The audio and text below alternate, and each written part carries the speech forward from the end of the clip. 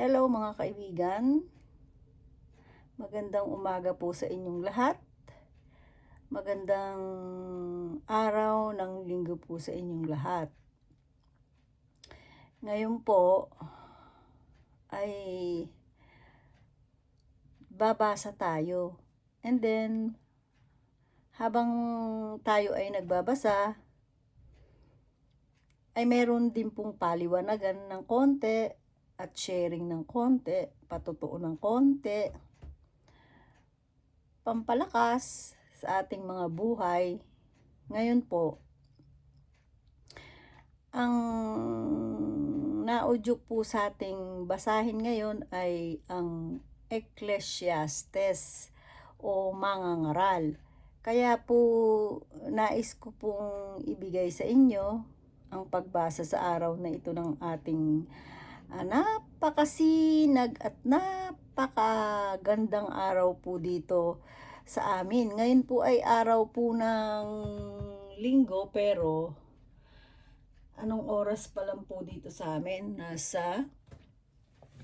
po ako nagkakamali, ay it's already 10 o'clock. 10 o'clock po. Araw po ng linggo, and then 10 o'clock. Tayo lamang po ngayon dito at ang aking alagang si Bless. At saka po ang aking mga alagang cat. Kaya po tayo ngayon ay masayang babasa. Dahil tayo lang po ngayon at saka before we start ay manalangin po tayo. Kaya po, ano man ang iudyok sa atin ng banal na espiritu ngayon, ay sigurado ko pong makakatulong sa atin, makakapagpalakas, at makapagbibigay sa atin ng higit sa lahat na katatagan sa buhay. Kaya po muli, narito po tayo para magsama-samang magbasa. Medyo naaano po yung leeg ko sa kasi ito po yung settings ko medyo alam nyo na, nasa tagiliran natin, kaya po tiis lang. Pag po medyo maganda na po yung ating mga settings, ay may inaayos po sana ako sa itaas ng bahay namin, pero medyo naudlot. Kaya po dito po muna ulit tayo sa original or sa dati na pinagbabasahan natin. Kaya po mga kaibigan, magandang umaga po sa inyo lahat o magtatanghali na, and may the peace of the Lord Jesus Christ and our Father God which are in heaven be with us all, be upon us all. And inaanggin po natin ang lahat ng blessing, any kinds, from our Father God in heaven, which is good and Creator, our Father, our supreme God, who is controlling of everything in heaven and in this earth. Okay po mga kaibigan, magandang umaga at mag-pray na po tayo before we start. Para po samahan tayo ng banal na espiritu ng ating Diyos. Sige po, let's start. O Diyos, Ama namin na nasa langit, maraming salamat po sa iyong walang hanggang kabutihan. Muli po, maraming salamat sa araw na ito. We pray in the name of your Son, Jesus Christ, the mightiest, our Lord and Savior, our King, our Pastor, our Teacher, our Rabbi,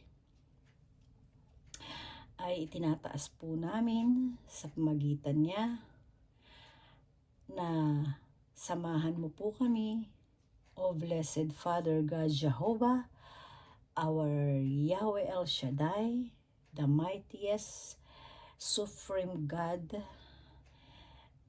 the Alpha and the Omega, na gabayan po kami sa anumang ipagkakaloob mo sa amin na iyong magandang balita, iyong aral, iyong batas, at nawa po ito ay masunod namin, makain namin, maintindihan naming mabuti ayon sa pagtuturo ng aming Panginoong Hesukristo. Kaya po Ama, ang lahat po ay inaangkin namin sa pamagitan at pagtuturo ng banal na Espiritong ipinangako ng Panginoong Hesus sa amin na magmumula sa iyo. Kaya po, sisimulan na po namin Ama, gabayan mo po kami with the presence of your Holy Spirit, the Father as the Father, and the Son, our Lord Jesus Christ, and the Holy Spirit.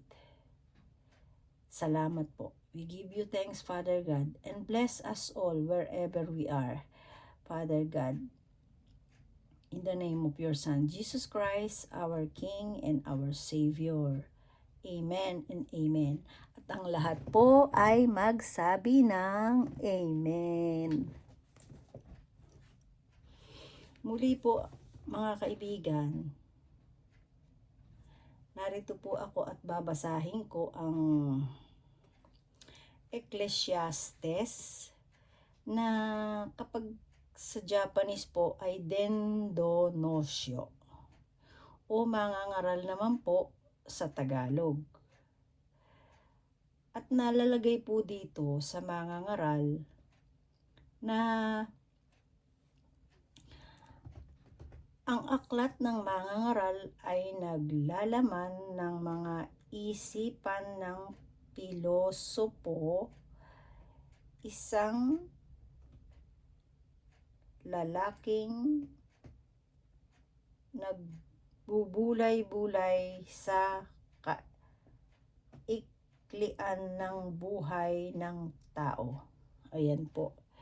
Pero po, iyaano ko po't medyo hindi makita ng ating pananaw. Kaya po, yan, gaganyan ko po. Ayan po, ang nakalagay po dito ay gamit po tayo ng ruler. Yan, ruler gamit tayo.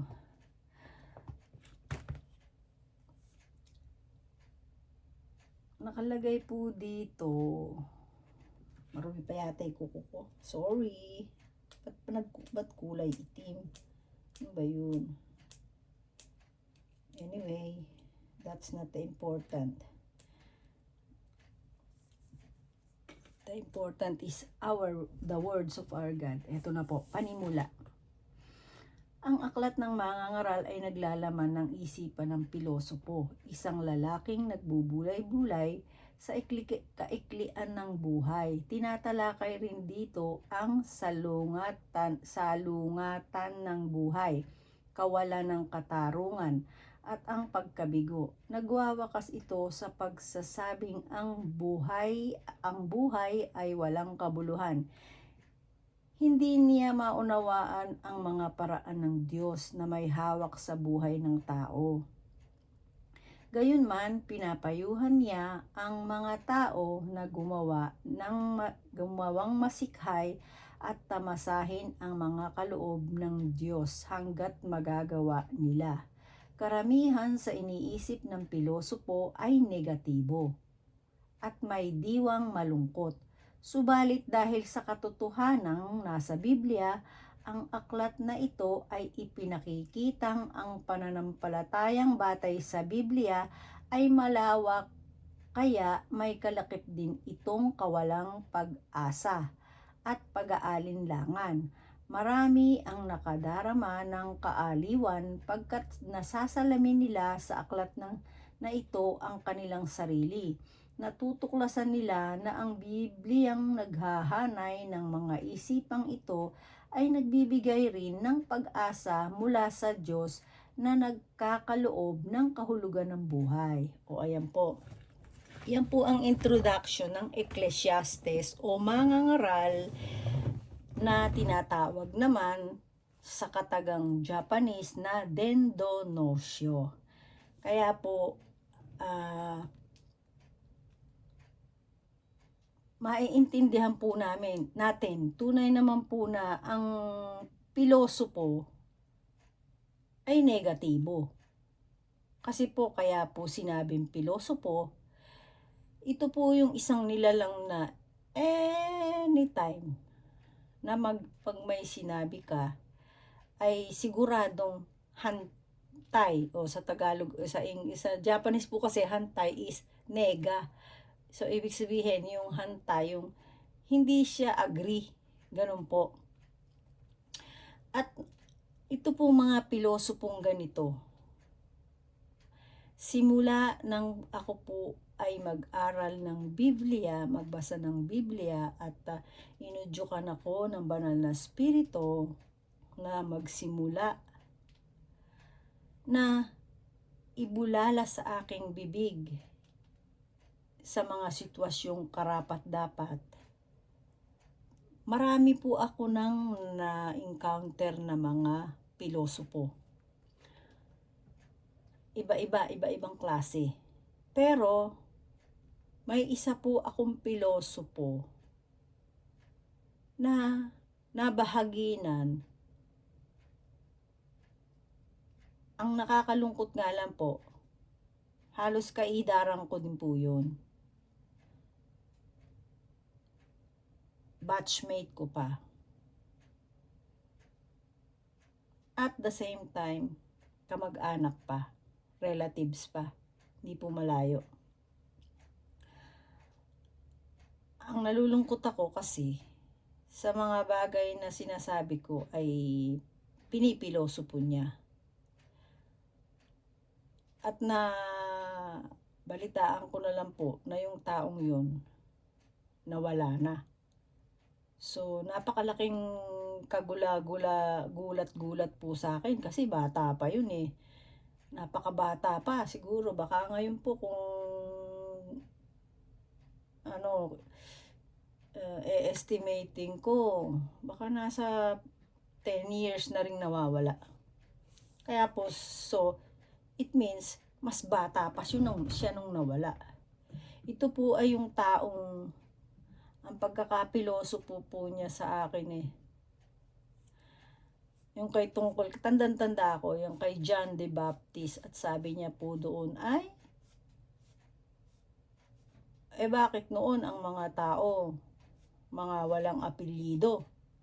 Sabi niya. Bakit ngayon may mga apelyido na yan? Sabi niya, kung talagang totoo yan, paano mo maipapaliwanag na yung mga tao noong araw na nasa Biblia ay mga walang apelyido? Yun po ang tanong niya sa akin, pagkakapilosopo niya. Sabi ko naman po, ang sagot ko naman po, pagka ganun kasi, hayaan mo. At hahanapan ko ng sagot yan kung bakit ang mga tao noong panahon sa Biblia ay walang apelyido. Kasi ang ipinalalagay po kasi niya doon sa kanyang negativity niya sa salita niya sa akin ay yun, kung totoo yung sinasabi ko tungkol sa Biblia. So, hindi naman po malayo. Even now, marami pong ganyan, di ba? So, ito po, naibahagi ko, na patutuo ko sa inyo, yung mga may pilosopo talaga. Na ayon nga po dito, hindi niya maunawa ang mga pamamaraan ng Diyos na may hawak ng sa buhay ng tao. Yun. So, it means mo, ibig sabihin po noon, mangmang. Sa mata ng Diyos ay mangmang. Kasi po sa Diyos, ang mga taong nagmamatalino sa mundo ay mangmang sa Diyos. Yan po. Kaya po, hindi nila naiintindihan kung ano ba ang pamamaraan nga ng ating Diyos sa buhay ng tao.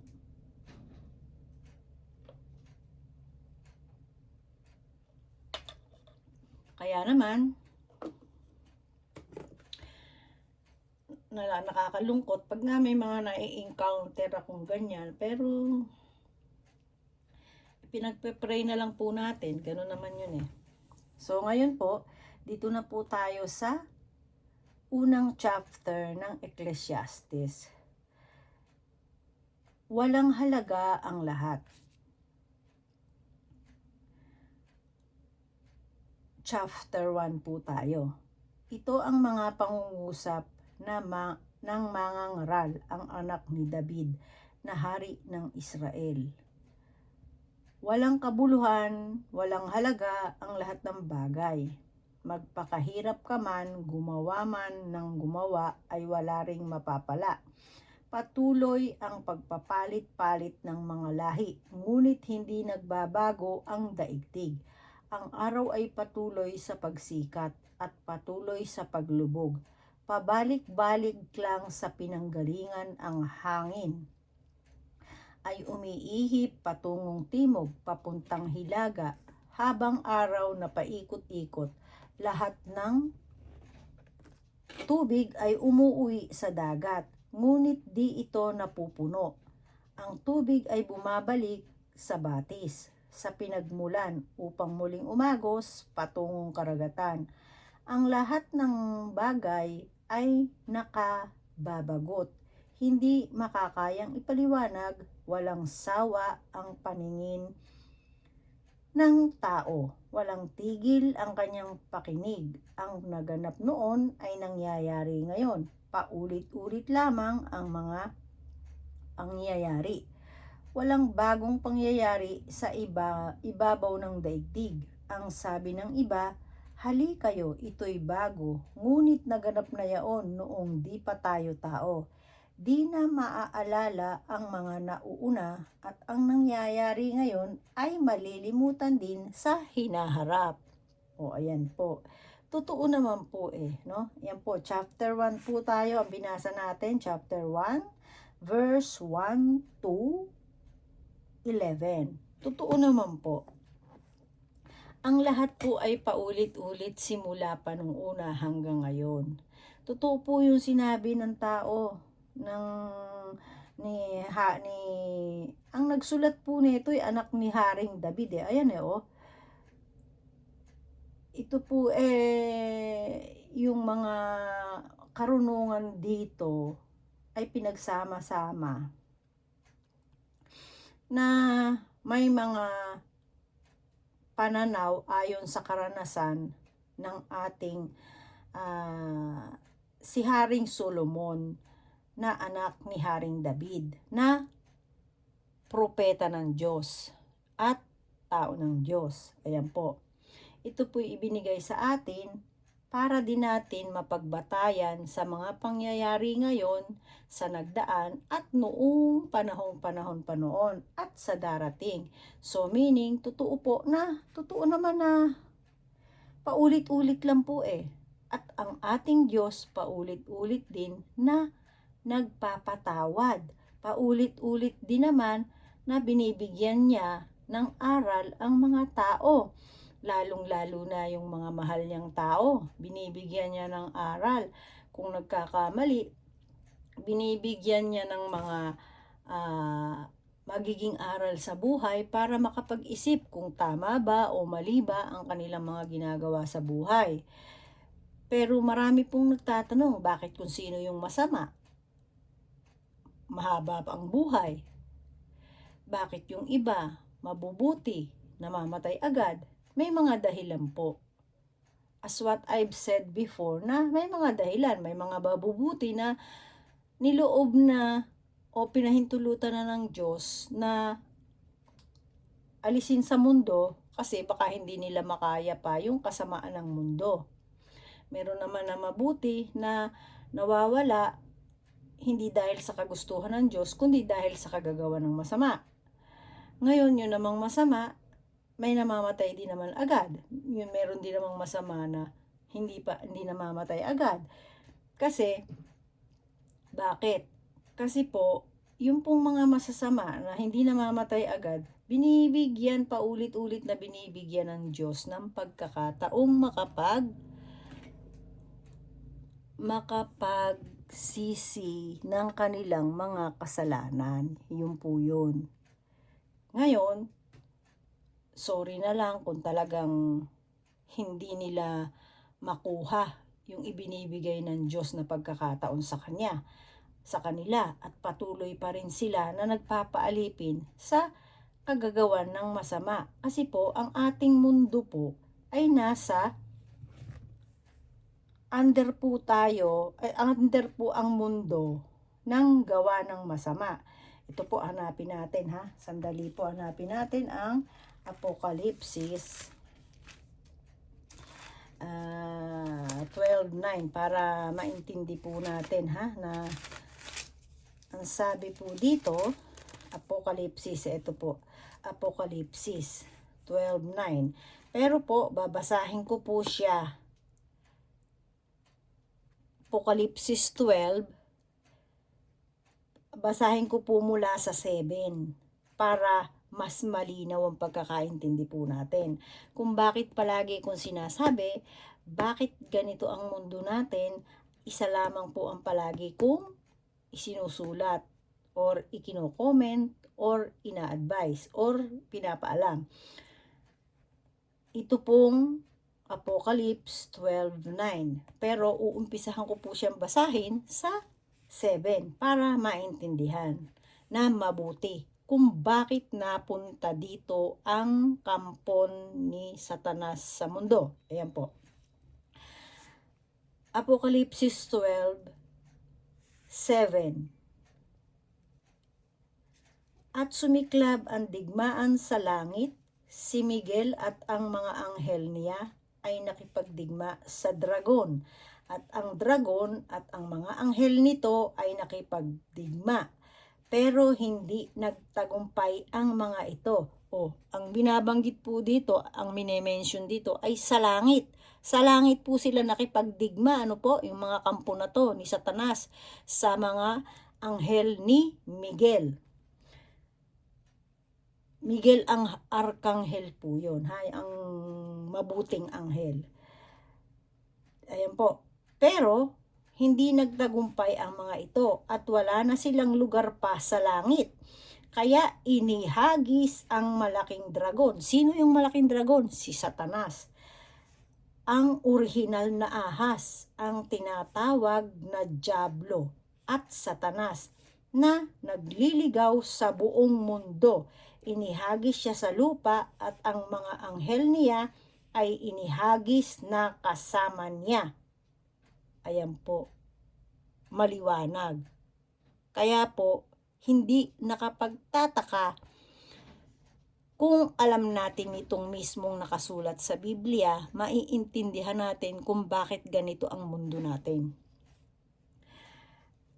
Nakalagay pa rin po dito, narinig ko ang isang malakas na tinig sa langit na nagsasabi, ngayon ay dumating na ang kaligtasan at ang kapangyarihan at ang kaharian ng ating Diyos at ang autoridad ng kaniyang Kristo, dahil ang tagapag-akusa sa mga kapatid natin ay inihagis na ang nag-aakusa sa kanila araw at gabi sa harap ng ating Diyos, at nagtagumpay sila laban sa Kaniya dahil sa dugo ng kordero at sa mensahe ng nagpagpapatotoo nila, at hindi nila iniibig ang buhay. Ayun, maliwanag po maliwanag na si Satanas, ang isang matandang dragon, ay inihagis dito sa lupa kasama ng kanyang mga kampon,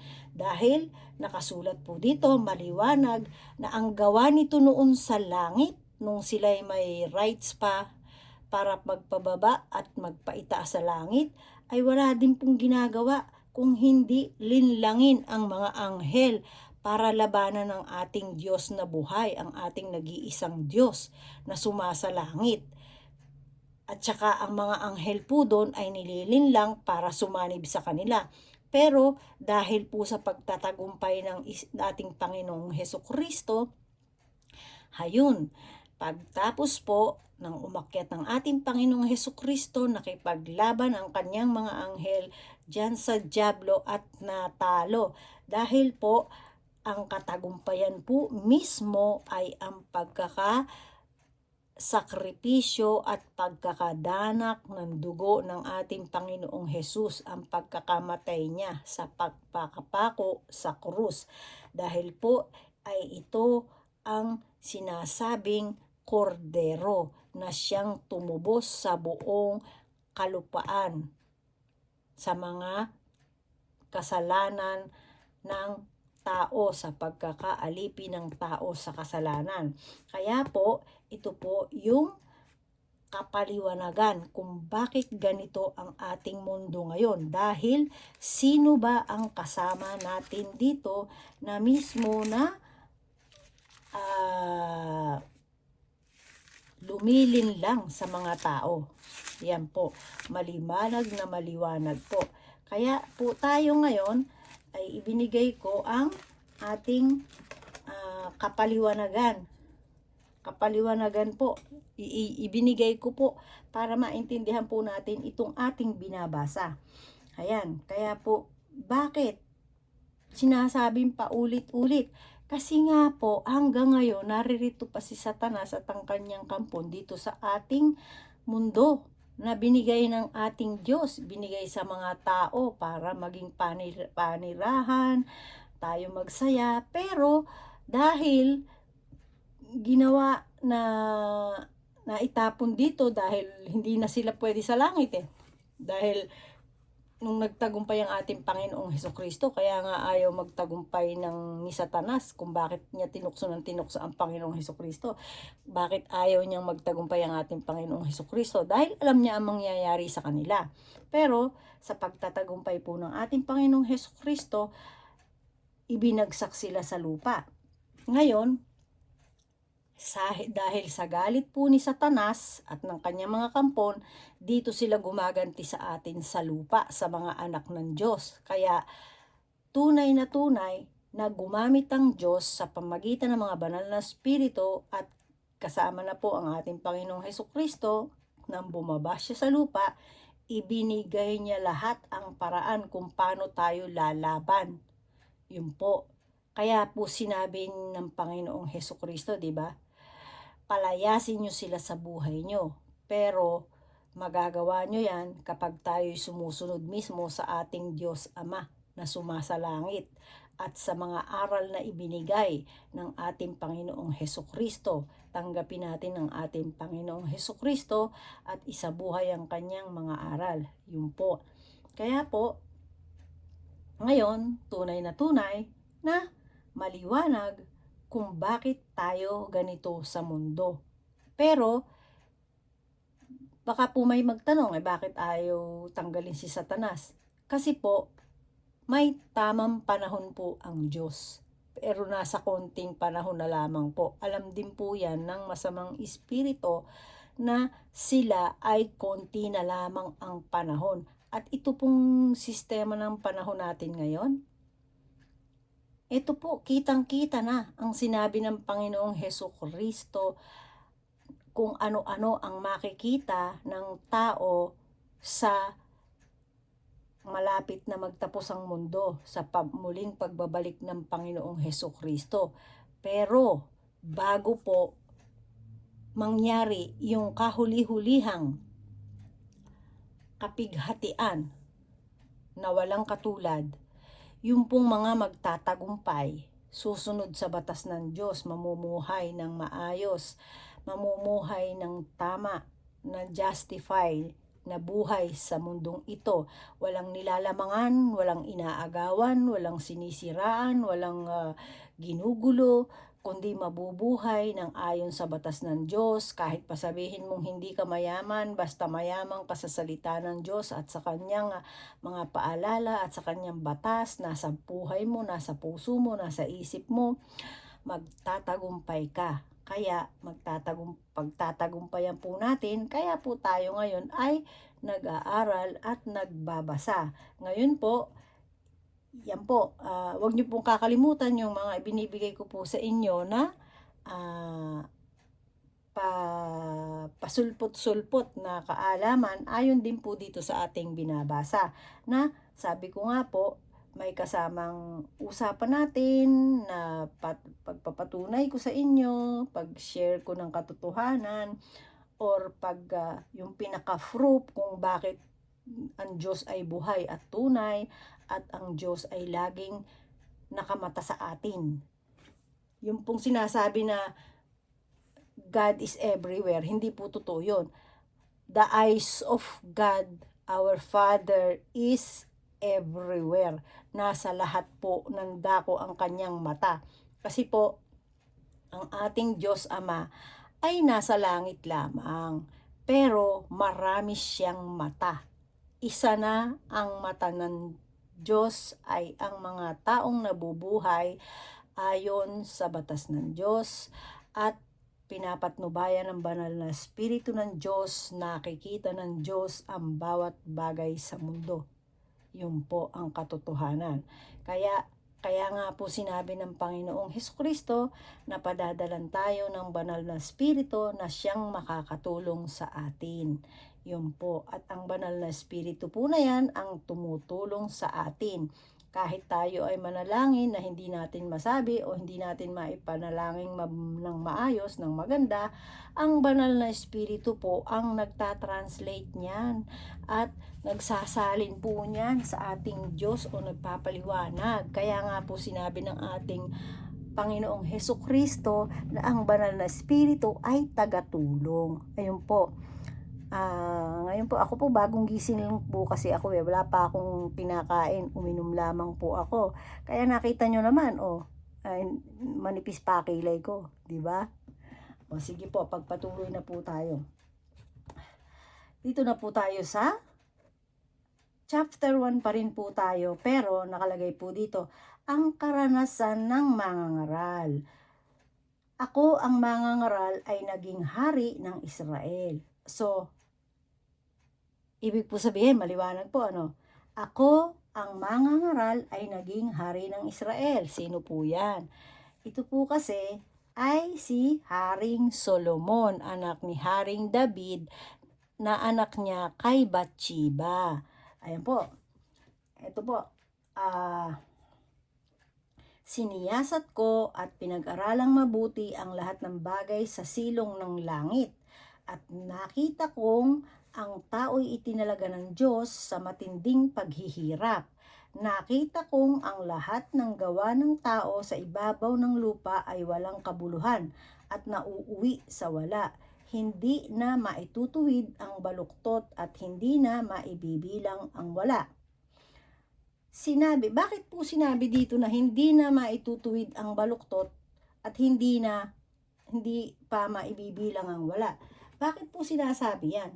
Kasi nga po, kapag ang isang tao, halimbawa sa tao, kapag po siya ay nabuhay sa kabaluktutan, hindi na po ang Diyos ang kanyang sinusunod nun eh. Ang sinusunod na po niya ay yung sarili niya at yung udyok ng masamang espiritu.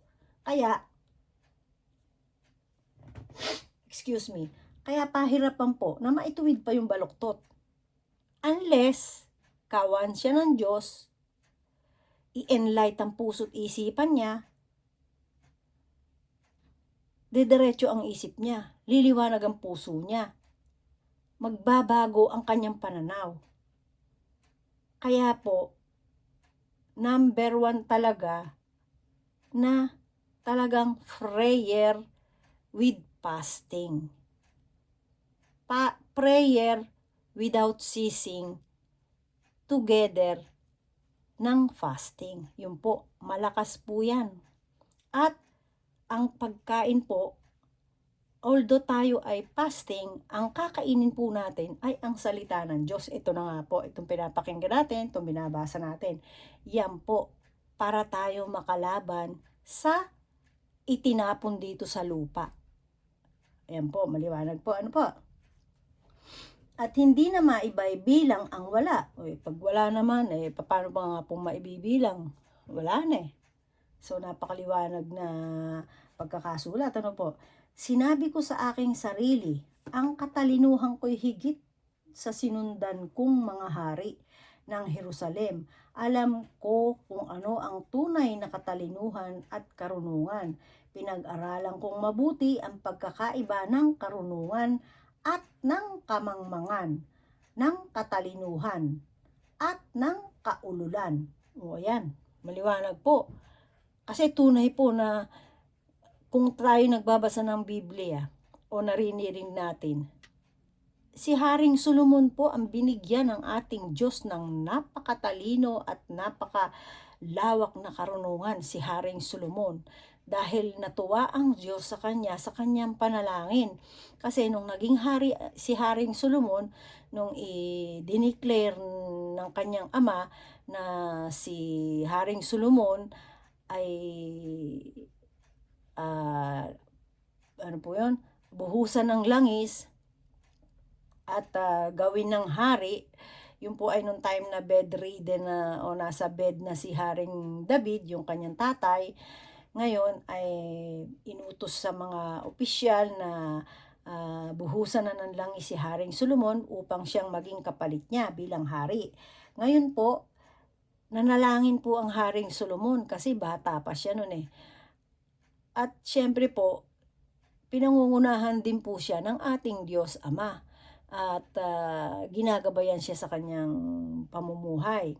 At syempre, hindi naman po pwedeng maging hari si Haring Solomon kundi po niloob ng ating Diyos Ama sa langit. Kaya po kalooban ng Diyos Ama natin sa langit na si Haring Solomon ang makapalit ni Haring David.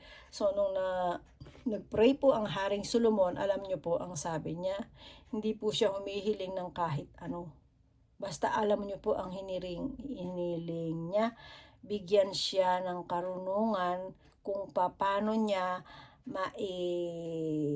kikilala ang masama sa mabuti at upang kanyang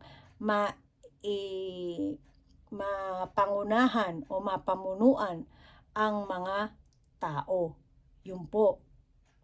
Natuwa po ang Diyos sa kay Haring Solomon dahil yun lamang, hindi siya humiling ng kahit anong kayamanan. Material na bagay, hindi po. Pero dun sa pagkakapanalangin niya na yon, alam niyo po, kasi po natutuwa ang ating Diyos sa taong mapagpakumbaba. Yung kapag nagpe-pray po, hindi po siya nagpe-pray ng puro para sa kanya. Nagpe-pray siya, tuwang-tuwa ang ating Diyos Ama sa langit at ang ating Panginoong Hesukristo sa mga tao kung ang kanilang prayer ay para sa sangkatauhan, hindi para sa kanyang sarili. Ngayon po, yun po ang binigay ng Diyos sa kanya, yung sobra-sobrang karunungan. Kaya nga po si Haring Solomon ang pinakamatalino sa lahat ng hari. At siya po ang binigyan ng sandamakmak na talagang yung kanyang bukod sa pagkakahiling niya ng karunungan para sa mga pamumunuan niyang mga tao, dahil sa natuwa ang ating Diyos, dinagdagan pa ng mga sandamakmak na kayamanan. Kita nyo naman sa Biblia, di ba? Si Haring Solomon ang talagang namumutik-tik sa gold. Oh, sigurado pong alam nyo rin yan o naririnig nyo rin yan kapag nakakarinig kayo ng tungkol kay Haring Solomon. O ayan po, sinabi ko sa aking sarili, ang katalinuhan ko'y higit sa sinundang kong mga hari ng Jerusalem. Alam ko kung ano ang tunay na katalinuhan at karunungan. Pinag-aralan kong mabuti ang pagkakaiba ng karunungan at ng kamangmangan, ng katalinuhan at ng kaululan. Yun po kasing sinasabi ko madalas na ang karunungan ng mundo ay kamangmangan sa Diyos. Ito po yun, ito. Ang pagkakaiba ng karunungan at ng kamangmangan, ng katalinuhan at ng kaululan. Ngunit napatunayan kong ito may walang kahihinatnan. Hanggang lumawak ang kaalaman ay dumarami ang alalahanin, at habang dumarami ang nalalaman ay lalong tumitindi ang sakit. Totoo na naman po, di ba? Kasi parang bata yan. Ang bata, walang alam sa mundo, wala pa siyang kaalam-alam ng kung ano pa, wala pa siyang, basta bata eh. Diba? Ang alam lang niya magsaya. Ngayon, diba pag tayo nagkakaedad na, tumatanda na tayo, dumarami na yung responsibilidad natin, diba? Pero ang bata, wala pang alam na iniisip yan. Kasi ako po, natatanda ko, nung elementary ako, sabi ko, gusto ko high school na ako. Nung high school na ako, gusto ko college na ako. Nung college na ako, gusto ko matapos na ako. Hindi natin naiisip na yung palang mga gusto natin na yon, mangyayari yon. Pero, pag nangyari yung mga yon, padagdag lang ng padagdag yung responsibility natin, yung mga isipin natin. Kaya po tama itong sinabi ng ating si Haring Solomon, di ba? Na hanggang lumalawak ang kaalaman ay dumarami ang alalahanin, at habang dumarami ang nalalaman ay lalong tumitindi ang sakit. O totoo naman yun, di po ba? O, ipinasya ko sa aking sarili na ako'y magpapakaligaya at nasumpungan ko naman ang tunay na kaligayahan. Ngunit ito may walang kabuluhan. Ang halakhak ay ipinalagay kong kaululan at ang kaligayahan ay walang kabuluhan. Sa pagnanasa kong maabot ang kaalaman, pinag-aralan kong magpakasaya. Sa pamagitan ng alak, sa loob-loob ko'y ito na ang pinakamainam na dapat gawin ng tao sa maikling panahong ilalagi niya sa ibabaw ng lupa. Nakagawa ako ng mga dakilang bagay. Nakapagpatayo ako ng malalaking bahay at ginawa kong ubasan ang paligid nito. Gumawa ako ng mga hardin at liwasan. Tinamnan ko ito ng lahat ng uri ng punong kahoy na mapapakinabangan. Ang bunga, humukay ako ng balon na pagkukuhanan ng pandilig sa mga pananim na ito. Bumili ako ng mga aliping babae at lalaki. Ang mga aliping ko'y nagkaanak na sa aking tahanan. Ang kawan ko'y ubod ng kapal. Walang kasindami sa kawan ng mga haring nauna sa akin. Nakatipon ako ng makapal na pilak at ginto mula sa mga lupaing nasasakupan ko. Marami akong mang-aawit, babae't lalaki. Marami akong asawa at pawang magaganda. Wala nang hahanapin pa ang isang lalaki, lalo na kung tungkol din lang sa babae. Imagine nyo nga po, naging asawa pala ni Haring David ay umabot sa 1,000. Oh, higit akong dinakila kaysa sino mang hari. Nauna sa akin, taglay ko pa rin ang aking katalinuhan. Wala akong ginustong hindi ko nakuha. Ginawa ko ang lahat ng aking magustuhan. Ipinagmamalaki ko ang aking mga ginagawa. At yaon ang pinakagantimpala ng aking mga pagpapagal. Iniisip kong mabuti ang mga ginawa ko at ang hirap na aking pinuhunan. Nakita kong ang lahat ay pawang walang kabuluhan, na uuwi lamang sa wala. So, ibig sabihin po, ito pong mga pinagsama-samang ito sa mga ngaral ay pinagsama-sama po ito at isinulat. Karanasan ng ating Haring Solomon, yung hari ng Israel, hari ng Jerusalem, na itinalaga ng ating Diyos. So kaya po ito sinulat para maalaman din natin yung mga pangyayari noon at yung mga bagay-bagay, kung ano ang ating gagawin at kung dapat ba nating gawin ito o hindi dapat. Kaya po ito ay ibinibigay din sa atin para ating maging pagkuhanan ng ating mga aral sa buhay. Ayan po, maliwanag. Naisip kong ang wakas ng isang hari ay tulad lamang ng sa mga nauna sa kanya. Tinimbang kong mabuti ang karunungan, ang kaululan at kamangmangan. Napatunayan kong mas mabuti ang karunungan. Karunungan po sinasabi ng ating Haring Solomon. Karunungan nagmumula sa Diyos, ha? Huwag niyo pong pagkakamalian yung karunungan ay karunungan ng mundo. Hindi po. Although, ang karunungang nagmumula sa Diyos ay pwedeng gamitin sa mundo na ayon sa kalooban ng Diyos. Yun po ang tama doon. Hindi po sa kalooban lamang ng isang tao o ng kanyang minimithi na kanyang pansarili. Yung pong karunungan na nagmumula sa Diyos ay ayon din po sa kalooban ng Diyos dapat gamitin. Ayan po. Naisip kong ang wakas ng isang hari ay tulad lamang ng sa mga nauna sa kanya. Tinimbang kong mabuti ang karunungan, ang kaululan at kamangmangan. Napatunayan kong mas mabuti ang karunungan kaysa kamangmangan, tulad ng kabutihan ng liwanag kaysa kadiliman. Nalaman kong ang marunong ang nalaman ng marunong ang kanyang patutunguhan, ngunit di alam ng mangmang ang kanyang hangganan. Ngunit nabatid ko rin, iisa ang hahantungan ng lahat. Sinabi ko sa aking sarili, ang sinapit ng mangmang ay siya mo ring sasapitin.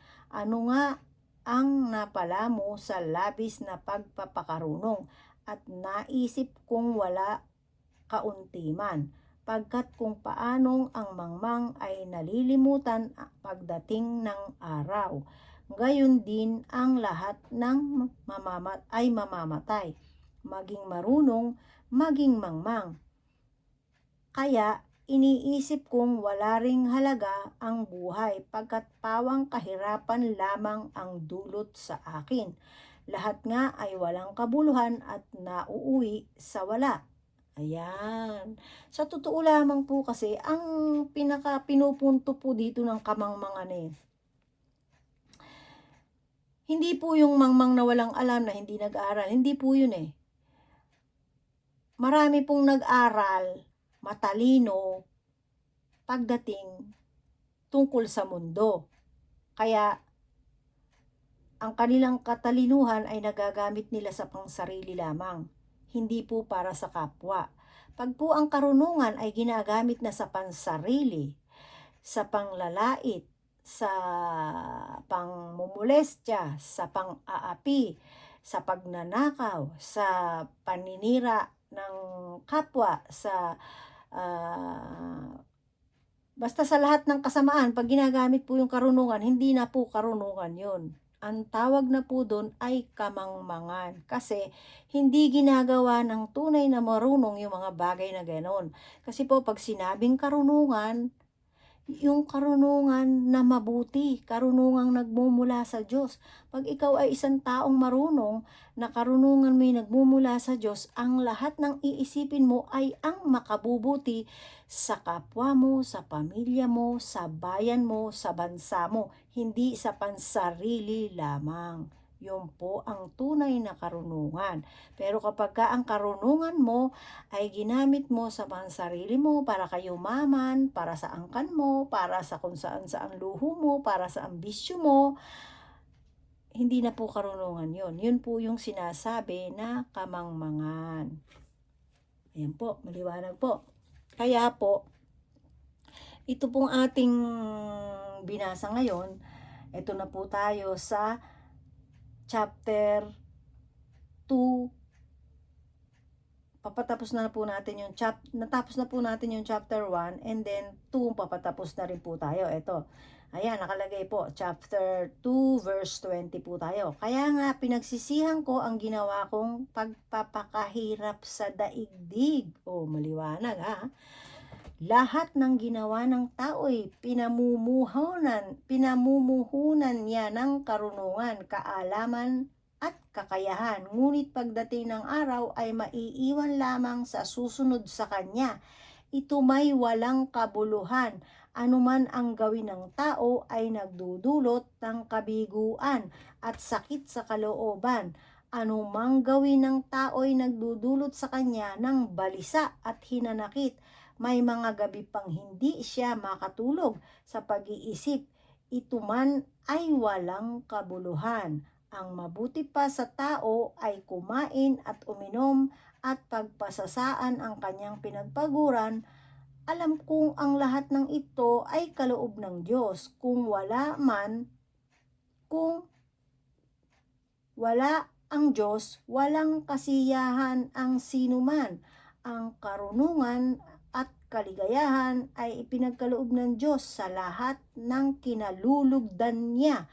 Ang makasalanay pinaggagawa niya at pinag-iimpok upang ibigay lamang sa gusto niyang pagbigyan. Ito man ay walang kabuluhan at nauuwi sa wala. Maliwanag po itong parte nito. Marami din akong natutunan dito at ina-apply ko to sa buhay ko. Ayan maliwanag po, tingnan nyo Kaya nga pinagsisisihan ko ang ginawa kong pagpapakahirap sa daigdig. Dumaan din po ako dyan sa pagpapakahirap na ganyan.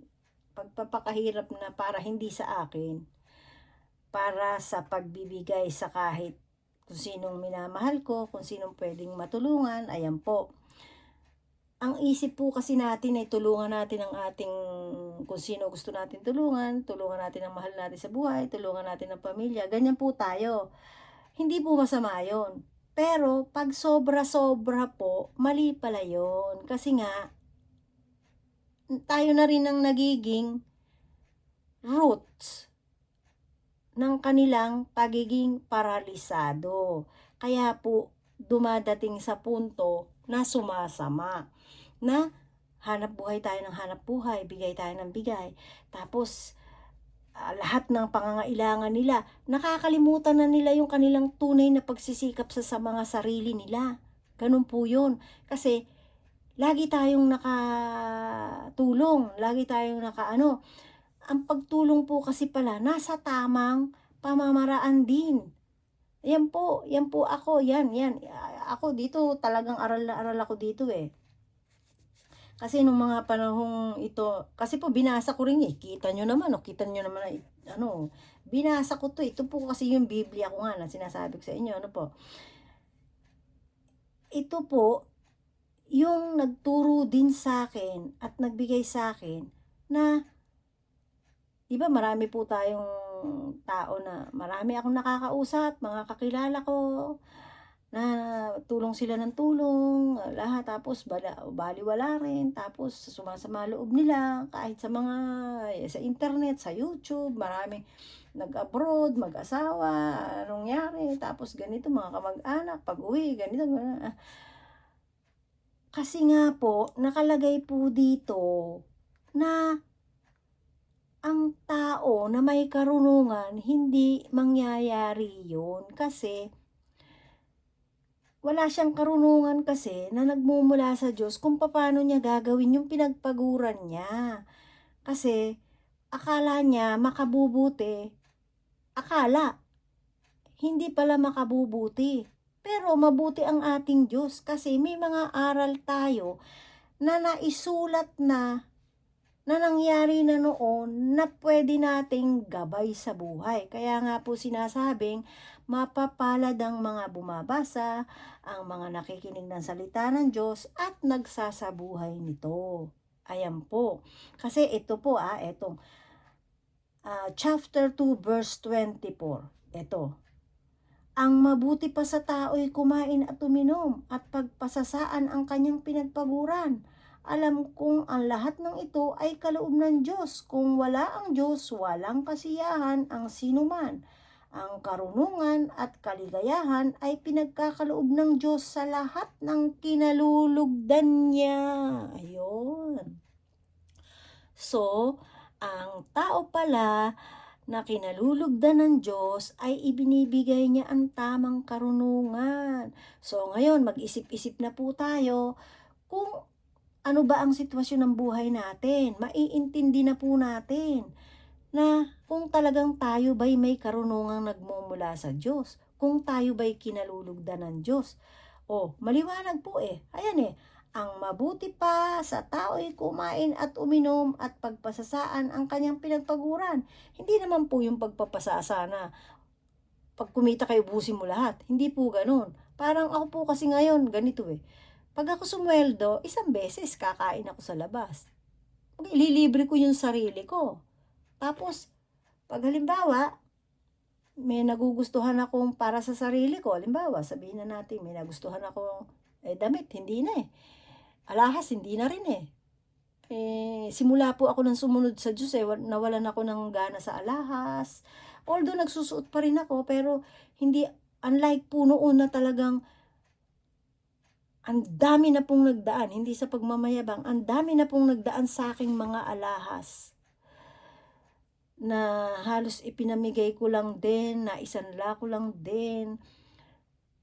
Talaga pong ngayon, hindi na, kung ano, kahit basta sabi ko nga, basta cute, okay na. Kahit tigpipiso yan, okay lang yan. Ganun na po ako ngayon, hindi na po yung talagang bibili ako ng mamahaling alahas, ng mamahaling kwintas. Ay nako, alam po ito ng mga kamag-anak ko, ng mga hinipag ko na marami akong alahas na may naipamigay ko nga, na minsan naipambayad ko lang para ang katwiran ko nun. O sige, total, nagkautang ako sa'yo, o eto na lang, iyon na to. Ganun. Na pag inaalala ko nga po, meron akong gustong-gusto noon na gustong-gusto ko yun eh. Kasi imagine nyo, hindi ko sukat akalain, palibhasa. Wala pa rin ako sa karunungang kumpleto ng karunungang nagmumula sa Diyos. Mayroon akong gold na may bato-bato, gold siya, tapos may platinum na palawit, 24 na palawit na platinum, imagine nyo yun. Nakita ko po doon yung parang maliliit siya na bato-bato na bilog-bilog, pero platinum siya. Tapos po ngayon, ang mahal-mahal pala nun. Ay, ang ginawa ko lang po dun ibinigay ko lang po yun sa hipag ko dahil may utang ako sa hipag ko noon na, o sige na nga, total hindi ko to sinusuot, ito na lang ang sayo. Iyon na yan, bayad ko na sa'yo yan. Hindi ko akalain na darating pala ang araw. Bagay, mahal na po kasi noon yun. Noon pa man ang bili ko doon, 4 na lapad na.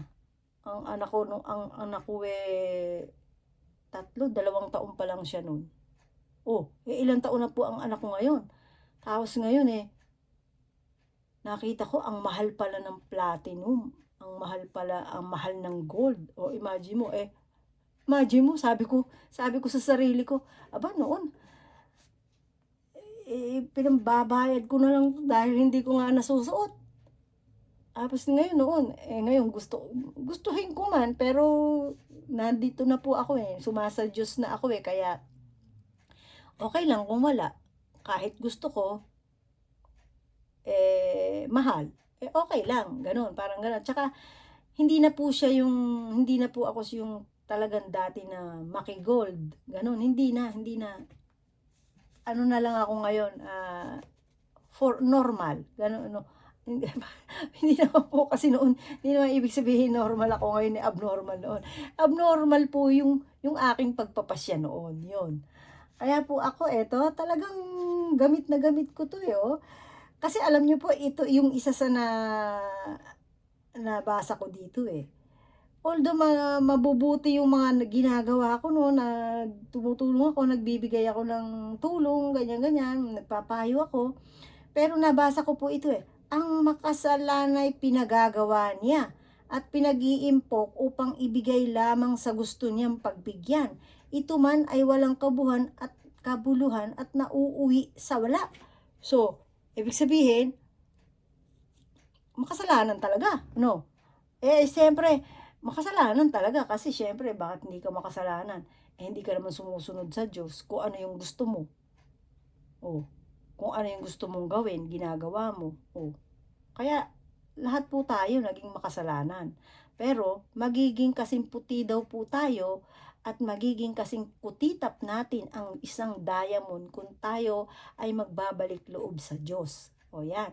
Yan po ang ibinigay na mensahe ng Diyos. Kaya niya tayong paputiin. Kay si Hodang makasalanan ka, marami kang nagawang pagkakasala, ako, alam ko dun, marami akong na-sermonan kasi po ako nung pala sermon ako yung talaga. Kaya marami akong pamangkin na takot sa akin kasi talagang ano ko noon perfectionist noon po. Totoo yun, perfectionist ako sa bahay pa lang. Kaya nga hindi ko po maubos maisip ngayon eh. Bakit ano eh, nung una-una hindi ko matanggap na pag maruming bahay ko, hindi ko talaga matanggap. Pero kailangan ko palang tanggapin. Kasi bakit ko kailangan tanggapin? Hindi ko pwedeng yung buong bahay ko ay ma-fully furnish ko ng paglilinis kasi ako lang ang gumagawa. Kaya po may party siya na eka nga pwede na pagtiyagaan, eka nga. Kasi po nung hindi ko na magawa, alam niyo po ginawa ko? Pinagsanayan ko pong makita. 'Yun. Parang yung katulad nung sa asawa ko. Yung table na 20 years, 15 years na palagi kong inaayos yan, in order yan, lahat ng dumarating na mga bills, na mga lahat-lahat ko, sobre in order yan, arrange yan by name. Pero ngayon po, ala na, ayun, patong-patong na siya. Kaya, sabi naman niya, wag mong pakialaman, ayaw niyang pakialaman ko. Di sige, pagbigay ko kung anong gusto niya. Pero ako dito, yan, nakita nyo sa table ko, di ba? O, yan. Pero pag akin, at ginagalawan ko, ayan, in order yan. Sa asawa ko, sabi niya, wag mo nang pakialaman yung table niya. O, di sige, bigay natin para walang away. Ganun po. Kaya po ngayon, etong dito, ngayon, naghahanap buhay ako, nagtatrabaho ko. Yun, gano'n na po ang ginagawa ko. At saka, yun naman pong mga tao noon na,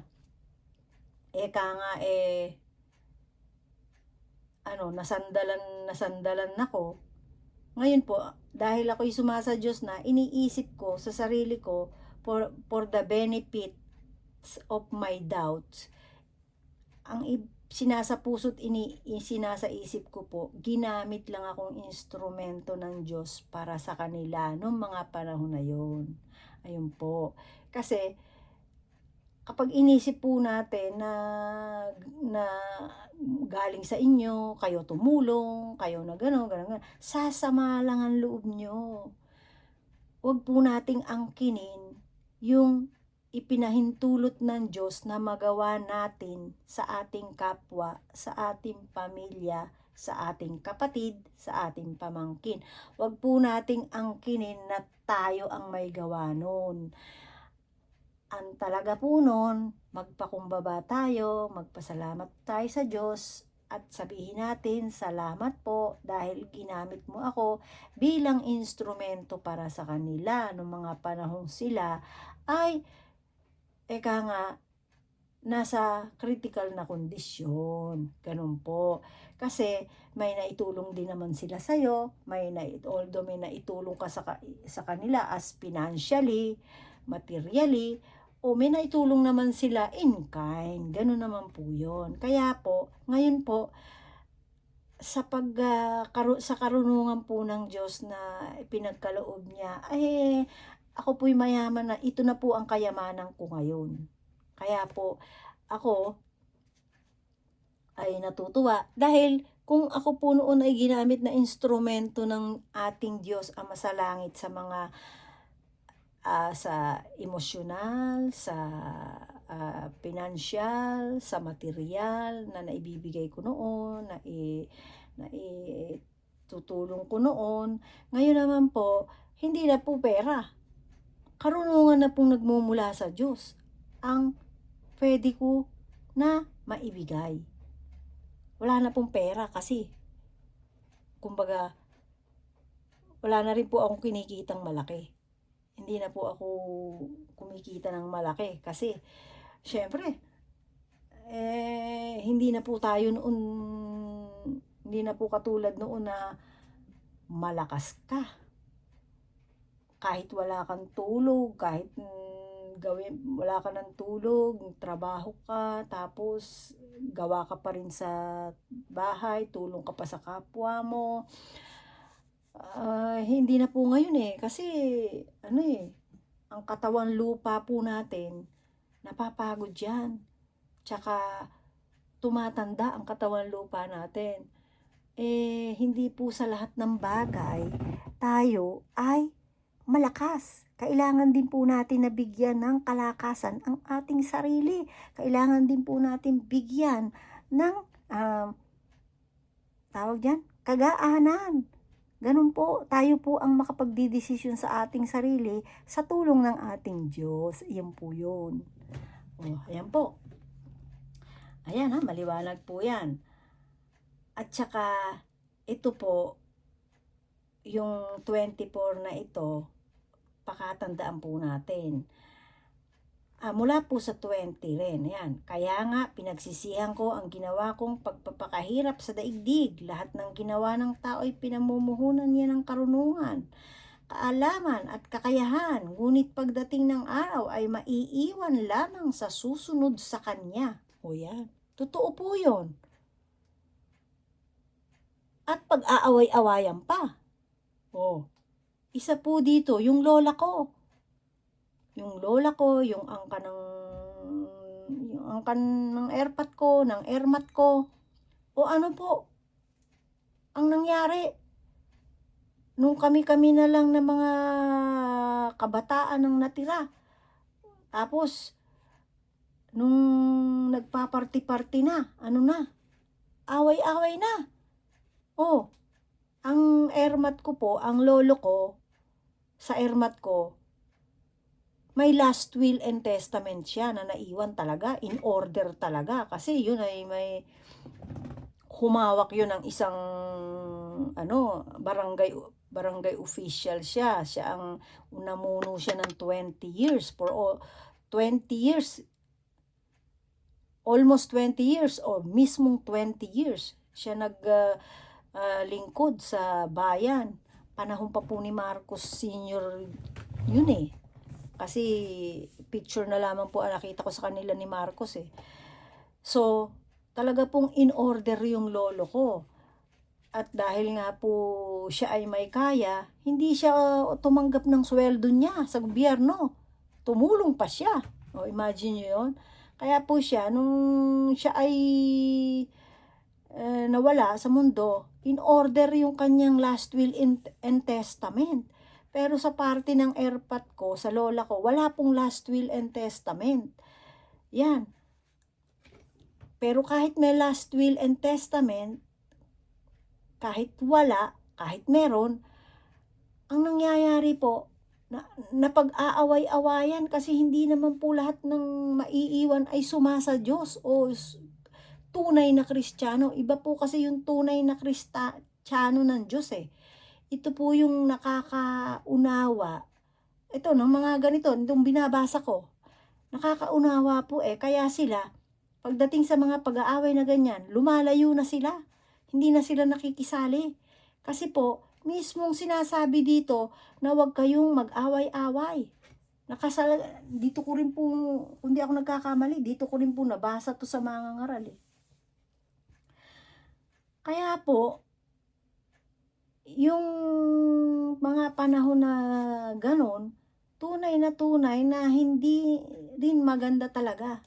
Tunay na tunay.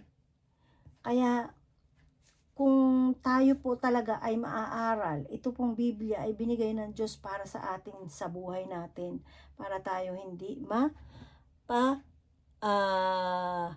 mapatawag dyan, para hindi po tayo maligaw. Magkaroon tayo ng karunungan nagmumula talaga sa Diyos. Ayan. Natapos po natin ang mga ngaral, chapter 1 and 2.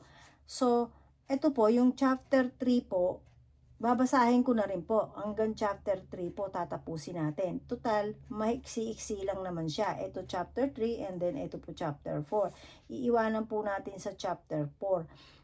At basahin natin yung chapter 3. Ito po yung chapter 3, madalas din po itong gamitin Kahit sa TV, kahit yung mga government official, narinig ko po ito sa ibang government official Natutuwa ako pag may mga government official talaga na alam nila yung Biblia at sinusunod nila. Yun po yun. Pero kung alam mo nga yung Biblia, hindi mo naman sinusunod, useless. Yun ang sinasabing kamangmangan sa mata ng Diyos. O ito po, may kanya-kanyang panahon. Ito po chapter, Mangangaral chapter 3. Verse 1 hanggang, babasahin po natin hanggang 22. Ayan po.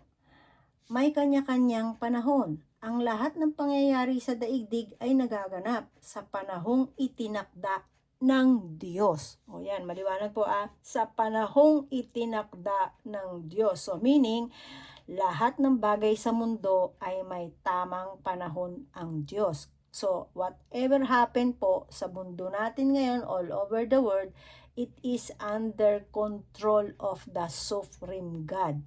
Whatever it is. Kaya po yan po ang lagi natin tandaan. Kaya po wala tayong dapat gawin, kundi manalangin, mag-pray at sumunod sa kalooban ng ating Diyos. Kasi under control po niya yan lahat because He is a supreme God, the living God, the true living God, which are in heaven. Through His Son, Jesus Christ, malalaman po natin ang lahat-lahat sa Kanya, sa Kanyang mga kalooban para sa ating taong Kanyang minamahal. O ito po, chapter 3 na po natin. May kanya-kanyang panahon. Ang lahat ng pangyayari sa daigdig ay nagaganap sa panahong itinakda ng Diyos. Ang panahon ng pagsilang at panahon ng pagkamatay. Ang panahon ng pagtatanim at panahon ng pagbunot ng tanim. Ang panahon ng pagpatay at panahon ng pagpapagaling, ang panahon ng paggiba at panahon ng pagtatayo, ang panahon ng pagluha at panahon ng pagtawa. O di ba lahat po yan may panahon, ano? Nasaan po tayo dito? Nasa panahon po tayo ng ano po nangyayari sa mundo natin ngayon?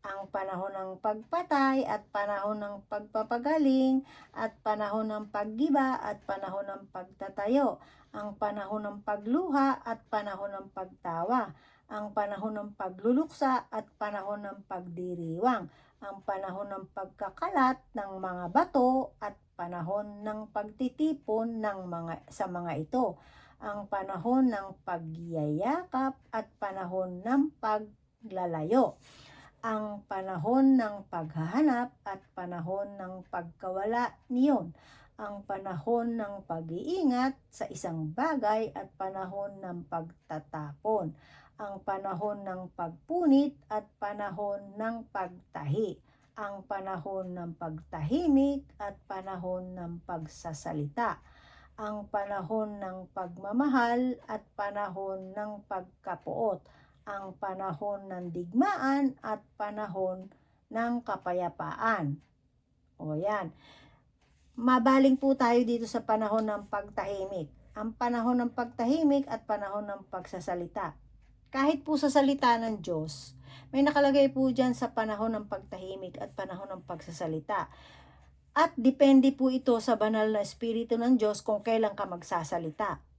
Alam po niya yan. At yan po ay nangyayari sa mga tao ng Diyos. Kaya kahit po yung mga tao ng Diyos, kahit sabihin natin na magsalita sila o wag silang magsalita, hindi po natin pwedeng gawin yon. Kasi ang nag-uudyok sa kanila ay ang banal na Espiritu ng Diyos para magsalita. At hindi po ano yung sinasabi nila na wala tayo sa ganito, hindi tayo may panahon dyan, hindi ganon. Kasi ano ang sabi ng ating Diyos? Magsalita sa lahat ng dako, sa lahat ng panahon. Kasi po, salita po ng Diyos yun. Hindi po natin po pwedeng anuhin yun, hindi po natin po pwedeng pigilan yun. Diyos ng kataas-taasan, siya ang may gusto nun at ang tao ay sumusunod lang. Kaya wala po tayong karapatan na tao para sabihin, oy, huwag ka magsalita ngayon ng salita ng Diyos, may panahon dyan, may lugar yan. Hindi po ganon. Depende po yan sa banal na Espiritu ng Diyos kung kailan niya gagalawin, kung kailan niya pakikilusin ang bibig ng tao ng Diyos. Yun po ang katotohanan doon. O, ayan po. Ano ang mapapala ng tao sa kanyang ginagawa? Alam ko na ang itinakda ng Diyos sa tao. iniaangkop niya ang lahat ng bagay sa kapanahunan. Ang tao'y binigyan niya ng pagnanasang alamin ang bukas, ngunit hindi binigyan ng pagkaunawa sa ginagawa ng Diyos mula sa pasimula hanggang sa wakas. O, totoo naman yun po eh. Maraming binibigyan ng pagnanasang alamin ang bukas, ngunit hindi binibigyan ng pagkaunawa sa ginawa mismo ng Diyos mula sa pasimula hanggang sa wakas. O di po ba yan naman totoo sa ating buhay ngayon? Alam kong walang pinakamabuti sa tao kundi magpakaligaya at gumawa ng mabuti habang siya'y nabubuhay.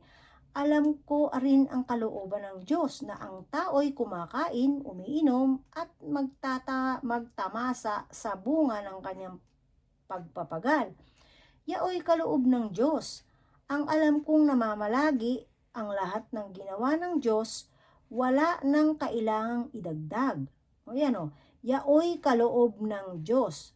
Alam kong mamamalagi ang lahat ng ginawa ng Diyos, wala nang kailangang idagdag, walang dapat bawasin. Gayon ang ginawa ng Diyos upang ang tao'y magkaroon ng takot sa Kanya. Lahat ng nangyayari ngayon ay nangyayari na noong una. Gayon din ang magaganap pa. Paulit-ulit lamang ang mga pangyayari. O ayan. So tingnan nyo, panahon pa ni Haring Solomon, ni Haring David. Ay, hindi pa tayo tao nun ah. Diba? Ang nangyayari pa rin ngayon. O, katunayan na ang tao ng Diyos sa kanyang sinasabi. Pero ang pinagtitigasan niya rito, yaoy kaloob ng Diyos. At ito po ang pinakamahalaga. Alam kong mamamalagi ang lahat ng ginawa ng Diyos. Wala nang kailangang idagdag, walang dapat bawasin. So, ibig sabihin po, sa mga ginawa ng Diyos, pag Diyos ang gumawa, walang dapat idagdag, walang dapat bawasin, at iyon ay mamamalagi. Ganun po. Parang ganito. Kapag ang isang mangangaral ng Diyos, kasi hodang siya halimbawa, biglang hindi siya nagsalita, biglang hindi siya nangaral, biglang hindi siya nagbasa. Kahit papano sabihin mo, paggawa ng Diyos, mamamalagi at mamamalagi siyang magbabasa. Mamamalagi siyang magsasalita ng ukol sa Diyos. Ganun po. Parang ganito lang po tayo, parang tayo lang din yun eh.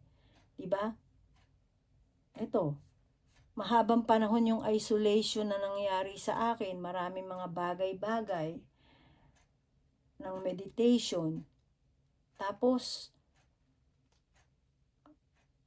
eto, muli, mararamdaman ko na yung udyok sa akin na magbasa ako. Kanina nga, sabi ko po, madaling araw, 3:00 nung nagdadasal ako. Ay, gabi pa, hindi pa ako natutulog. Gusto umabot na kasi natulog ako, nagising ako ng 1:00. Tapos, dire-diretso na yon hanggang 3:00. Pagdating ng 3:00, 3 to 4, nagpe-pray ako, ano po. Tapos po, pero bago na dumating yun, bago nung gabi pa lang, pumasok na sa isipan ko na magbasa ako at ang basahin ko ay Japanese. Ngayon, yun po ang nakahanda para sa akin. Siyempre, ano man ang kalooban ng Diyos, yun ang susundin natin. So ngayon, nung 3 o'clock to 4 o'clock, nagpray ako. Tapos, mamaya-maya, nakatulog na uli ako. Nagising ako. So, yung schedule ko na magbasa, handun pa rin. Kaya lang, hindi tayo natuloy sa Japanese. Hindi Japanese yung natuloy kong basahin. Ang natuloy kong basahin, ito pong mangangaral. So, meaning, kung ano ang kalooban ng Diyos, hindi yung kalooban ko. Kaya ito po ang nabasa ko ngayon. Ito, para sa atin. Sa buong mundo, kung ano ang nangyayari sa ating mundo ngayon. Kaya, narito, nakasaad naman dito, lahat ng nangyayari ngayon ay nangyari na noong una, gayon din ang magaganap pa, paulit-ulit lamang ang pangyayari. So kasi alam nyo po kung ba't paulit-ulit ang pangyayari, mahal tayo ng Diyos eh, mahal na mahal niya tayo, paulit-ulit niya tayong pinagpapahinuro, ano ba yun? Binibigyan ng chance. Yan, mas madali pag English eh. Binibigyan ng chance para tayo magbago, para tayo magsisi, mag-repent. Binibigyan niya tayo, patuloy siyang nagbibigay. Kasi may tamang panahon siya, pero dun tayo matakot. Pag sa tamang panahon niya at hindi pa tayo nakapagsisi, ay sorry na lang tayo. Kaya po, imagine nyo, sabi ng Panginoong Hesus, kapag naisabi na sa buong mundo ang salita ng Diyos, na iikot na, naikalat na sa buong kasulok-sulukan ng mundo, darating ang kalooban ng Diyos. Ngayon po, ang isa sa sinabi ng Panginoong Hesukristo sign doon, yung mga nangyayari sa mundo natin. Nakita nyo yan, baha, lindol, patayan, war, agawan ng pwesto, pagpapakayaman, pagpapakasal. Yung ibinigay po niyan sign yung katulad nung panahon ni Noah. 'Di ba nung aakyat na ng barko si Noah, tsaka ang kanyang angkan, ano po ba yung time na yon? Busy ang tao sa pagpapagawa ng bahay, busy sa pagpapakasal, busy sa pag-inom, busy sa pagpapayaman. Yun po yung panahon natin ngayon. Kaya po maliwanag na nandun na tayo sa panahon na yon. Kaya sabi nga, nasa pinto na tayo, nasa harap na tayo ng pinto. May nagsabi nga sa akin, yung isa kong na-sharean dati. Sabi niya sa akin, pwede bang sabihin mo na wag mo nang buksan ng pinto? Napatawa pa nga ako dun eh. Sabi ko, lukon to ah. Sabihin ko daw na wag mo nang buksan ng pinto. Yun po talaga ang totoo, nasa harap na tayo ng pinto. Kaya po tayo magmadali na sa pangangaral o sa pag-aaral ng salita ng Diyos, sa pag-repent, sa pagsunod sa ating Diyos. May panahon pa po tayo. Kaya nga sinabing habang nabubuhay may pag-asa. Kasi po, kung paano tayo hatulan, alam nyo, kung ano po yung ginagawa natin ngayong buhay tayo, yun ang kahatulan sa atin. Kasi pagpatay na tayo, ano pa gagawin mo pagpatay ka na? Baka pagsisisi ka pa ba? Hindi na. Kaya po yung buhay ka ngayon, kung ano yung gagawin mo dyan, yun yung magiging judgment mo kung ano yung ginagawa mo ngayong buhay ka. Kaya nga sinabing habang buhay ka, may pag-asa. So habang buhay ka, magmadali ka na, tumakbo ka na sa pagsisisi, sa pagbabago ng buhay, sa paglilinis ng buhay mo, sa pagsunod mo sa kalooban ng Diyos. Yun po yun. Hindi po sinabing mamamatay ka na, ay sorry po. Ay hindi po ganun yun. Habang may buhay ka, kaya may pag-asa ka pa. Magsisi ka na. Para yung mga ginawa mo, masama't mabuti, kasi bumabalik yan eh. Hintayin mo nang bumalik sa'yo.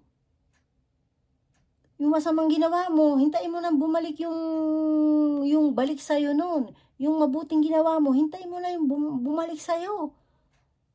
Kaya nga sinabi, even ups and down, we have to give thanks to our God.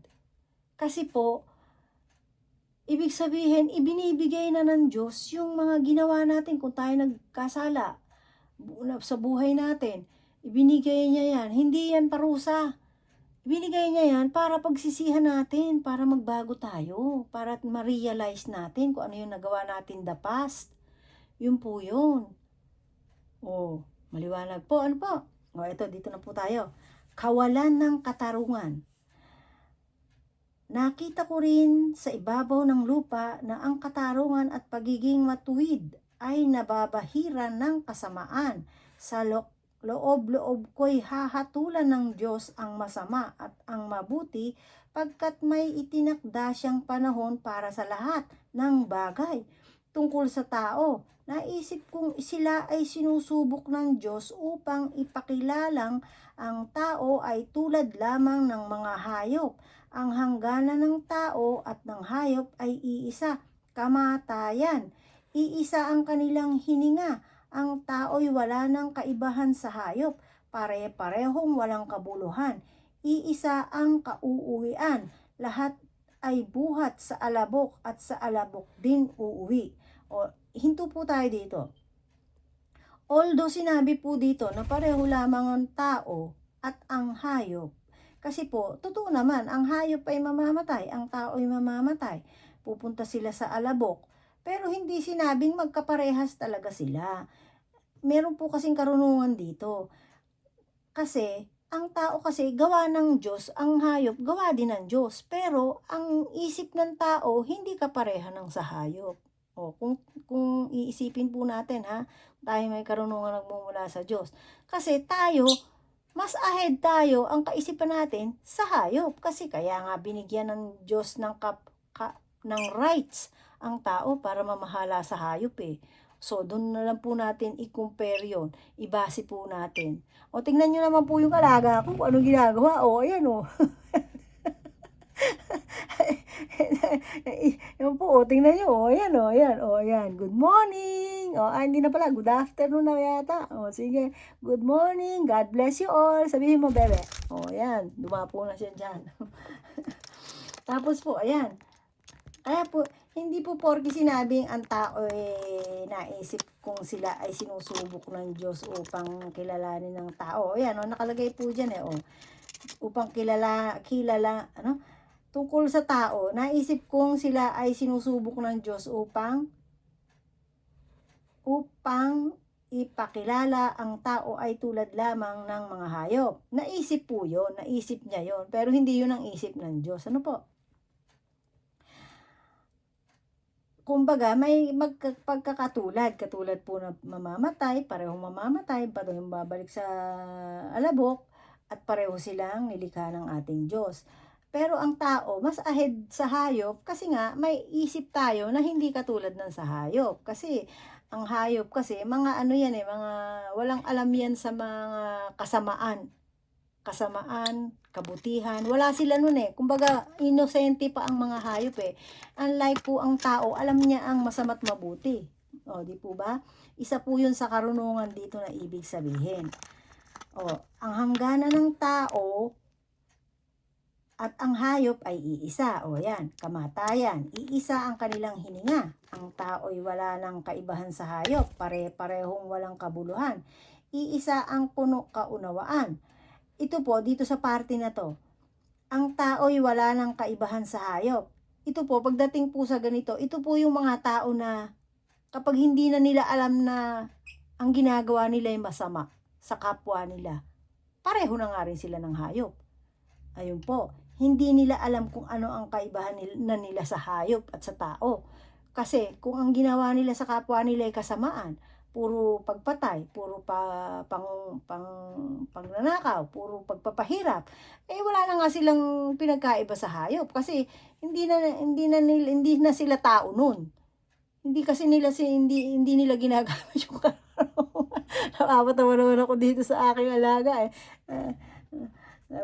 sabi niya, kanina ka pa nagbabasa, sabi niya po siguro. O, ayan po ang tao'y wala ng kaibahan sa hayop, pare-pareho ng walang kabuluhan. Iisa ang kaunawaan, lahat ng buhat sa alabok at sa alabok din uuwi. Sino ang nakakatiyak kung ang kaluluwa ng tao ay aakyat sa itaas at ang kaluluwa ng hayop ay mahuhulog sa kalaliman? Kaya naisip ko na walang pinakamabuti sa tao kundi magpasasa sa kanyang pinagpagalan. Wala siyang ibang magagawa at sino ang makapagsasabi sa kanya kung ano ang mangyayari sa pagkamatay niya. Ayun. Kaya naman po ibinase sa sinabi niya na inaano niya sa hayop. Kasi nga po yung tao kasi na tao pilit ng pilit nagpapakayaman. Marami nga tao talagang nagtitipid para makaipon. Pero hindi nila alam na sa pag-iipon nila, wala ngang mangyayari. Kaya tama lang na yung pinagpagalan mo, hindi naman sabihing ubus-ubusin mo, ubus-ubus biyaya. Hindi naman ganon. Ibig sabihin, syempre, meron kang, alam mo, sweldo mo sa isang buwan. So, ngayon, sikapin mo. Parang parang ako po, noon ang dami meron akong anak, meron akong nag-anak na nag-aaral, siyempre dumadating yung mga pagkakataon na ano, so kaya nagkakaroon na talagang as in nagkakautang ka, ganyan-ganyan. Pero ngayon, ang course ko na po ngayon ay pagtagumpayan ko yung utang ko kasi kumbaga, wala na akong iniisip ngayon kundi siyempre ano na lang, buhay na lang namin araw-araw. Tubig, ilaw, ganyan, bahay, So siyempre, mapagsisikapan ko na yun na kumbaga 'pag sumweldo ko, makakain nga ng sandali sa ganito o ganito, kumain ako ng libre ko naman sarili ko, ganyan, parang ganyan. Pero siyempre, meron kang nakalaan para sa mga bagay-bagay sa expenses mo, tsaka sa mga bills mo, ganun po yun. Marami po kasi yung nagpapayaman, payaman ng payaman, tipid, tipid, tipid, tipid, yaman, yaman, tapos pagka mga nawala sa mundo, ayan, pinag-aawayan. Yung mga ganong karunungan po, talagang kamangmangan yun. Kasi hindi po tunay na gusto mo yumaman ka ng yumaman. Isa pong sinampol ng sa ating Diyos na isa po isinample dito na ng aral ng Panginoong Hesukristo na may isang mayaman na nagpayaman, nilakhan pa niya yung kanyang bodega para malagyan ng kayamanan. Tapos nung gabi sabi niya, mayaman na siya, marami na siyang naipon, marami na siyang ano, ganyan, ganyan, ganyan, ganyan. Ang gagawin na niya, sabi niya, simula ngayon ako ay magpapakasasana, magpapakasaya na, magliliwaliw na siya, ganon. Nung gabi, sabi sa kanya, hangal, kukunin ko na ang buhay mo ngayon. Ano pa? Anong nangyari? Isa po sa aral ng Panginoong Hesukristo natin yun na nasa Biblia. Kaya po, tama lang na kapag tayo'y kumikita, bigyan natin naman ng kagaanan ng ating sarili. Yung basta pala, pwede tayong tumulong, yung alam mong kakayanin mo. Huwag yung talagang tutulong ka na yung ubus-ubus ka na pagdating ng ano, ikaw yung hirap na hirap. Dinanas ko rin yan Kaya po talagang ako ngayon, nang mabasa ko ang mga aral ng ating Diyos Ama at mga karunungang kaloob niya, naintindihan ko po yun. Na kahit pasabihin mo, may mga kasalanan din ako, syempre, di ba? Although, may mga tinatulungan kang nasaktan ka, pero kasalanan mo rin Bakit? Nung pagdating ng ano na nasaktan ka, ubus ka na. Di ba? So, dapat pag alam natin ang karunungan ng Diyos, meron siyang ibibigay sa yung karunungan na kumbaga sa 100% kung ano meron ka, magbigay ka ng 50% sa sarili mo.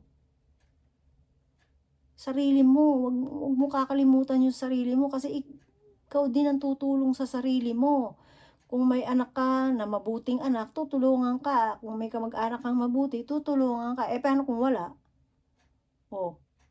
Kaya walang iba tayong pwedeng sandigan kundi ang ating Diyos. Kasi ang ating Diyos mismo, siya ang tutulong sa atin sa lahat ng panahon. Kaya po mga kaibigan, ayan, hanggang Mangangaral chapter 1, 2, 3 po ang nabasa natin.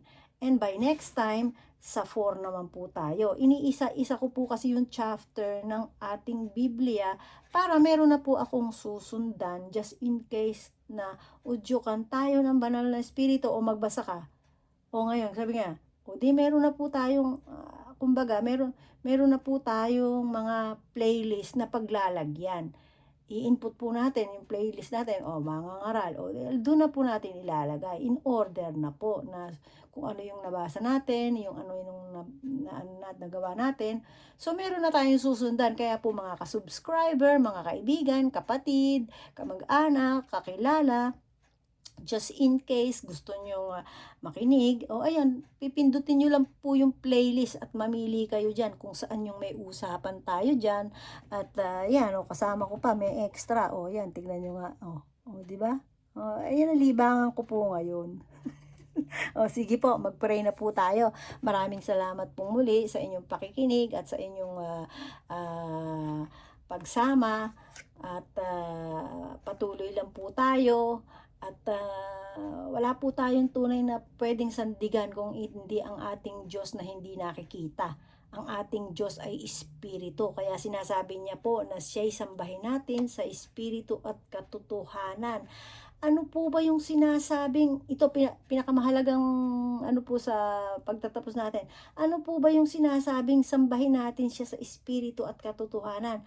Ang katotohanan po, ito pong mga nasa Biblia na aral ng ating Diyos. Ito po yung sinasabing katotohanan na ating susundin. Kasi katotohanan po ang mga nakasulat dito na nagmumula sa Kanya na dapat nating sundin. At yung Espiritu, sambahin natin siya sa Espiritu, sa puso, isipan at buong kaluluwa po natin. Doon po natin siya sasambahin.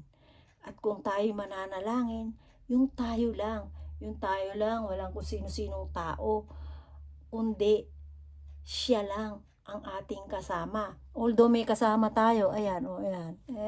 Ano po yan alagad din ng Diyos yan. Kaya po yan, sambahin po natin siya, kakausapin natin po ang ating Diyos, magpe-pray po tayo sa ating puso, isipan at buong kaluluwa. Yun po yung sinasabing Espiritu. Kasi po, ang ating katawan ay templo ng Diyos. Sumasa atin ang kanyang Espiritu. Kaya po, kapag po tayo sasamba, magpapasalamat, tayo po sa sarili natin, sa ating Espiritu. Dahil yung Espiritu ng Diyos natin ay nasa buo nating pagkatao. Yan po. At templo po tayo ng ating Diyos. Kaya po, ang mata ng ating Diyos, ang kanyang Espiritu ay nasa ating buong katawan, nasa ating buong pagkatao. Kaya po mahalin natin ang ating katawang lupa. Huwag po natin dudungisan. Huwag po nating lalagyan ng mga bagay na dudumi ang ating ating katawang lupa. At yung pong mga pagdudumi ng ating katawang lupa, yan po ay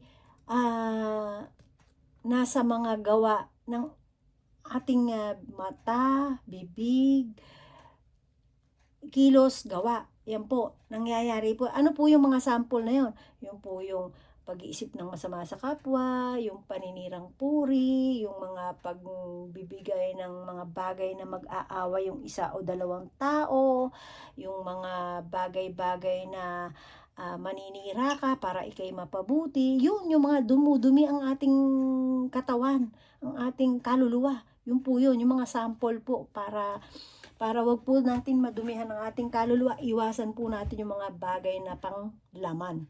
Kaya po sinasabing laman. Iwasan natin yung mga gawaing panglaman. Ang sikapin natin ay gawaing pang-espiritu. Kasi ang espiritu at laman ay hindi po magkasundo yan, magkaawa yan. Kasi ang laman, ang ginagawa niyan ay yung mga bagay na laban sa espiritu. Tatandaan po natin yan. Kaya po ayaw ng laman ang espiritu ng Diyos. Yan. Kaya mas maganda kung ang ating katawang lupa ay mapapasunod natin sa Espiritu ng Diyos. Ayun po yun. Yun po ang pinaka-the best. O, ayan po. Ayan na po yung ating pagwawakas. Kaya pagwawakas po ng ating pagbasa. Kaya po muli, ay manalangin po tayo sandali. Maraming salamat po, Ama, sa iyong banal na espiritu na ipinagkaloob mo sa amin upang kami makapagbasa ng iyong mga mensahe, ng iyong mga banal na batas para sa aming tao na iyong nilalang. Sa pangalan po ng aming Panginoong Hesukristo, ibinibigay po namin sa iyo ang lahat ng buong pusong pasasalamat, pagluwalhati, pagpupuri at tunay na pagmamahal.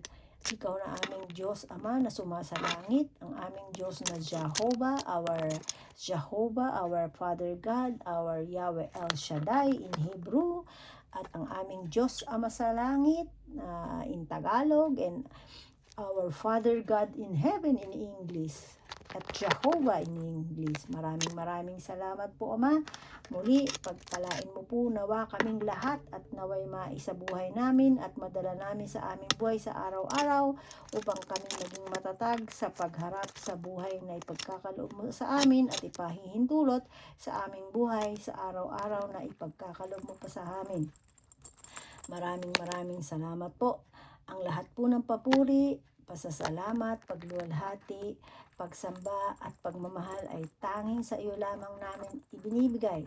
Ito po ay itinataas namin sa makapangyarihang pangalan ng iyong bugtong na anak, ang aming Panginoon at tagapagligtas na si Kristo Jesus. Amen. O ayan po, ang lahat po ay magsabi ng Amen. At maraming salamat po mga kaibigan. Tayo na po hanggang sa muli. May God bless you all.